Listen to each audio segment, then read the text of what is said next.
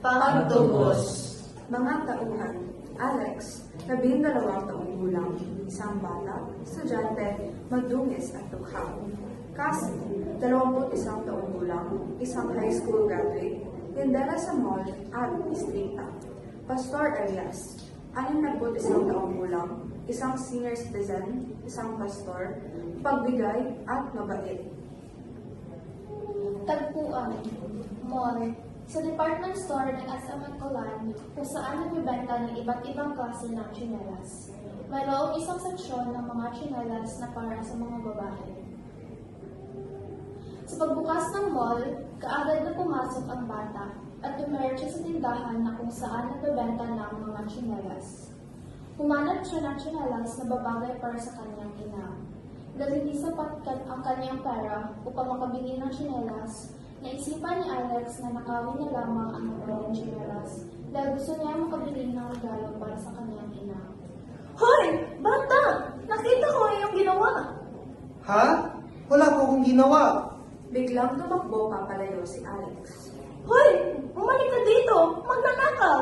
Tumakbo rin si Cassie at nahuli niya si Alex. Sinubukan ni Alex na kumawala sa matinding hawak ni Cassie.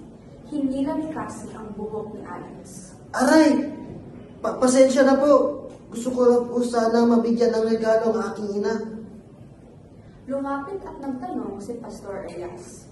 Ano ang nangyayari dito? Pastor, nahuli ko po itong bata na sinubukang magnakaw ng tsinelas. Bata, anong dahilan ng bakit mo naisipang gawin ito? Naluluha si Alex.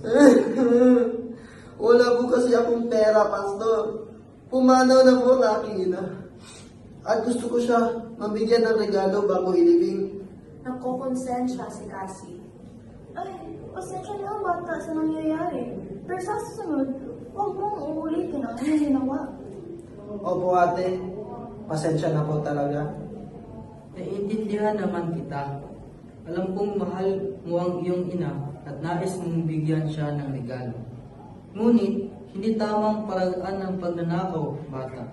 Halika, ako na ang magbabayad ng tsinelas at samahan mo ako kumain sa food court at doon tayo mag-uusap. Dinala ni Pastor Elias si Alex sa food court. Ano po ang gusto niyong pag-usapan, Pastor?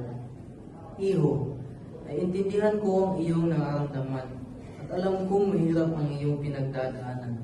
Pero alam mo ba na mali ang iyong ginawa? Opo, Pastor. Patawad po. Huwag mo nang ulitin yun, ha? Kung wala ako doon, baka mas lumaki ang iyong problema at maaaring maapektuhan ang mga tao roon. Sa susunod, pag may problema ka, kailangan mo ng gabay, lumapit ka lang sa akin dahil maaari akong magbigay ng sagot sa iyong katanungan. Opo, Pastor. Maraming salamat po sa pag-unawa at sa gabay. Hindi na po yun mauulit.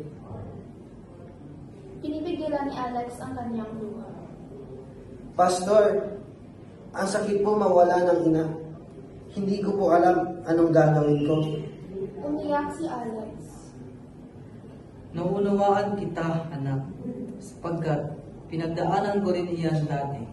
Mahirap tanggapin, ngunit wala na tayong magagawa, lalo na at mawala ang ating mahal sa buhay. Pero parati mong tandaan na mananatili ang kanilang pagmamahal sa atin kahit wala na sila sa ating tabi. Opo, Pastor.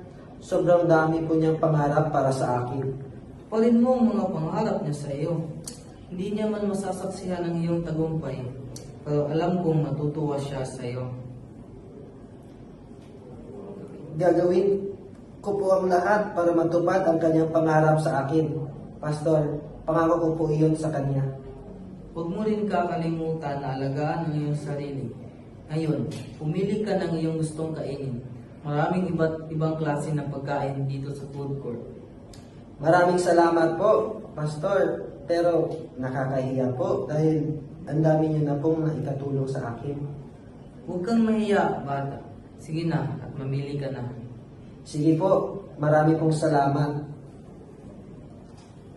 At doon nagtatapos ang aming kwento.